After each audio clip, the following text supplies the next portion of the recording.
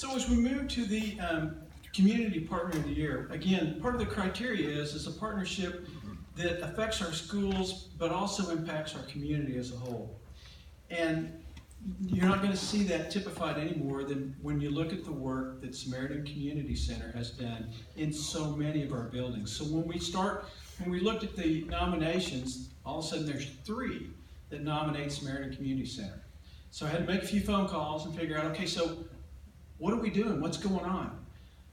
Tell me a little bit more about these so I can, get a better grasp on this.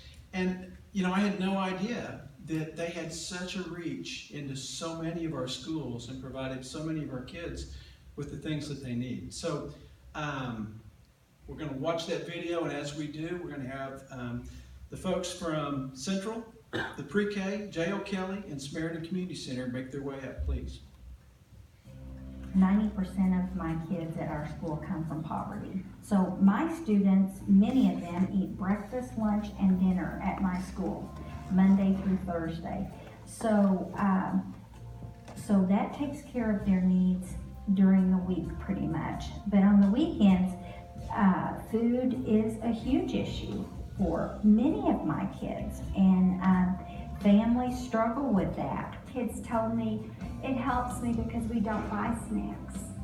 My mom can't afford. We're serving 8,200 kids a week across Northwest Arkansas. We are in 146 schools in all 4 counties, Washington, Benton, Madison, and Carroll counties. This year we have expanded to serving Head Starts to high school age students, so all the way from 3 to 18-year-olds receive snack packs on a weekly basis. This is our first year at Central to have snack packs. I contacted Ms. Faytak, and she asked Dr. Grieve if she could do the whole snack packs program.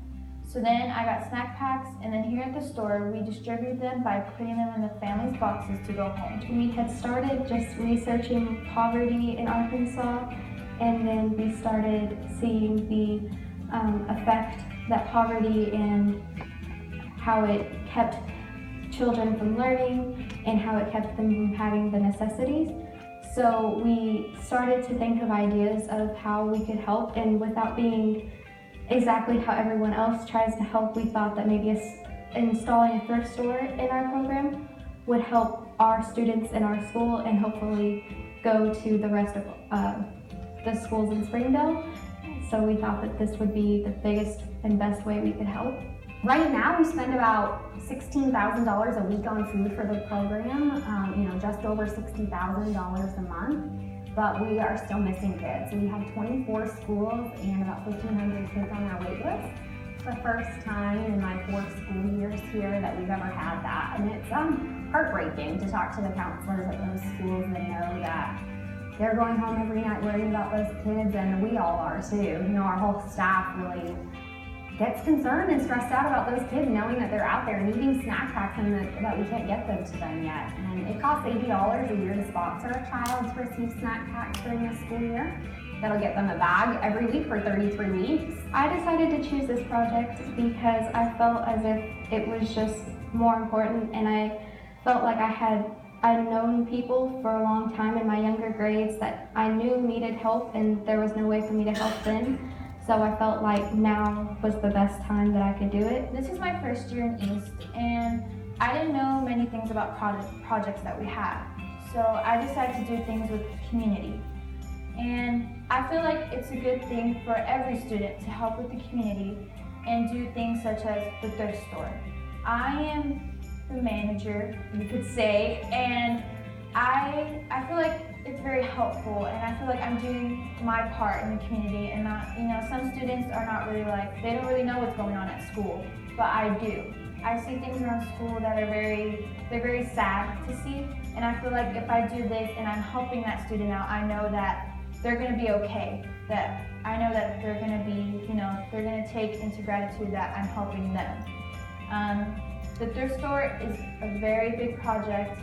I really enjoy helping all students here at Central, and maybe I'm bigger because I do Bright Future, so I am able to help other people. And Samaritan really helps us as a group send snack packs home for students.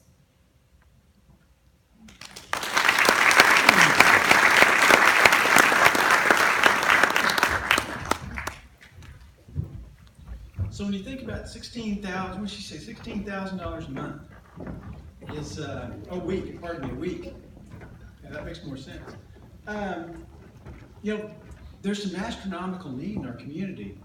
And until you reach down and you get right down in the school level where these folks operate every day, you don't necessarily understand that. And so, who's our spokesman? Dr. Greep?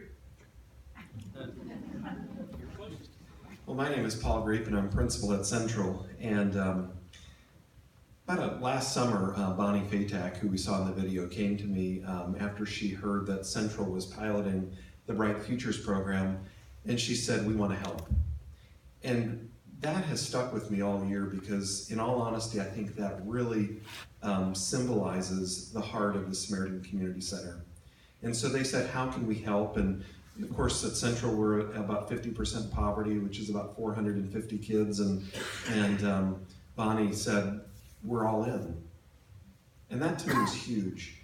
And then as I sat down with Bonnie and I described the Bright Futures program and how that's a rapid response piece to help meet the needs of kids, again, she said, can I serve on the board? And from there, it really grew. And I'm extremely proud of that video because what it does is it speaks a lot more of just snack packs. Snack packs was the beginning. From there, it developed into student leadership. And from there, we have students that want to change this community and really give of themselves. So again, I can't be more appreciative of the Samaritan Community Center for stepping up and saying, how can we help the students of Springdale? How can we invest ourselves in your program? It's been phenomenal, and I'm just so appreciative to the Samaritan Community Center. Thank you.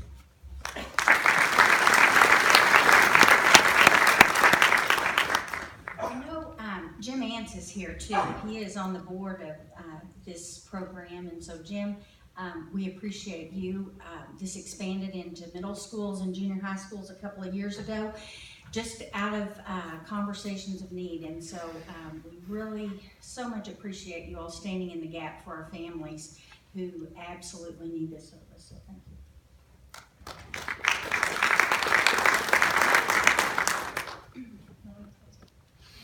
I'm Gina Little, I'm the counselor for pre-K, and I get the joy every Friday of delivering snack packs to our kiddos at the Early Childhood Center.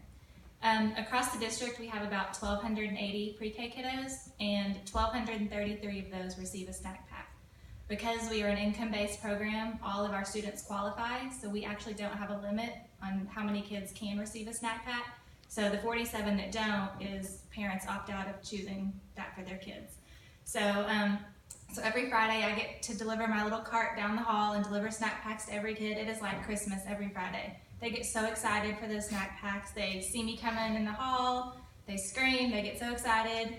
If they walk out the door and forget their snack pack, they are quick to run back to their room and get it because it is so important to them. It's just a huge blessing for our building. And I'm Darlene Fleeman, the director of the pre-K, and it's not just our building, not just the Early Childhood Center, but all of our kids all across our district get the snack packs in pre-K. So, and I'll never forget, this little guy was going home early and he was pulling on his mom and he had a little speech impediment, and he said, finally he just ran down the hall to his room and got a snack pack because he wasn't going home without that. So that's how much it means to these kids.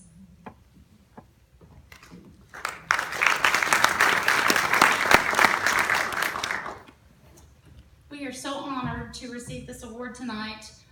We're strong believers in our community and what we can do for our community. We love to partner with the schools because we know the schools, that's where the rubber hits the road when it comes to changing the face of what our community looks like in the future.